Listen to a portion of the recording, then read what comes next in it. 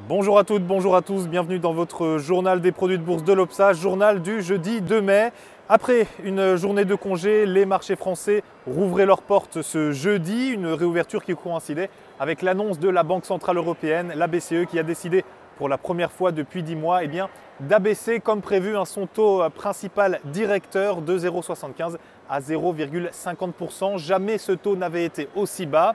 Alors contrairement à l'euro, les marchés français ont bien résisté à cette annonce. Le CAC 40 termine quasiment à l'équilibre aujourd'hui, plus 0,05% pour 3858 points avec les valeurs bancaires qui ont répondu présent.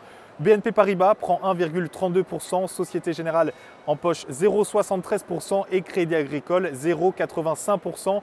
Trois banques profiteront à ces baisses du taux de la BCE. Ailleurs, on notera l'excellent exercice de Capgemini. Le groupe gonfle de 7,66% aujourd'hui grâce à des bons résultats trimestriels. Son titre s'échange à 37,60 €. EDF, quant à lui, affiche un chiffre d'affaires de 23,4 milliards d'euros pour ce premier trimestre 2013, de quoi voir le groupe gagner 1,56%.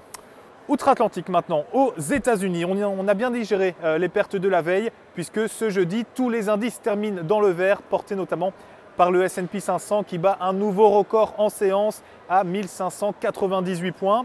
Une tendance rendue possible grâce à cet excellent chiffre sur l'emploi, seulement 324 000 nouvelles inscriptions au chômage cette semaine, le plus bas niveau du jamais vu depuis près de 5 ans, c'était en janvier 2008.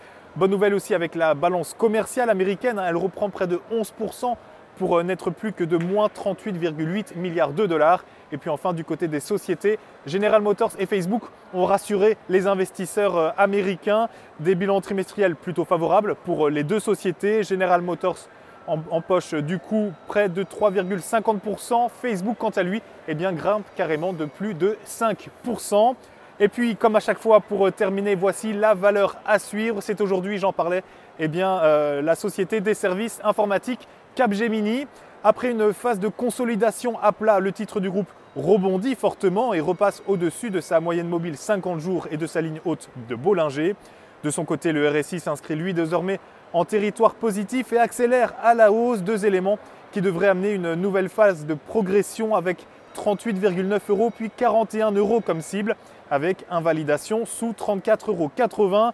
La stratégie qui vous est proposée pour jouer cette valeur est l'achat du Warrant Call Capgemini à 4 848 et d'Unicredit. Son prix d'exercice 40 € et sa date d'échéance le 6 décembre prochain. Voilà qui termine ce journal des produits de bourse. Excellente fin de journée et à demain.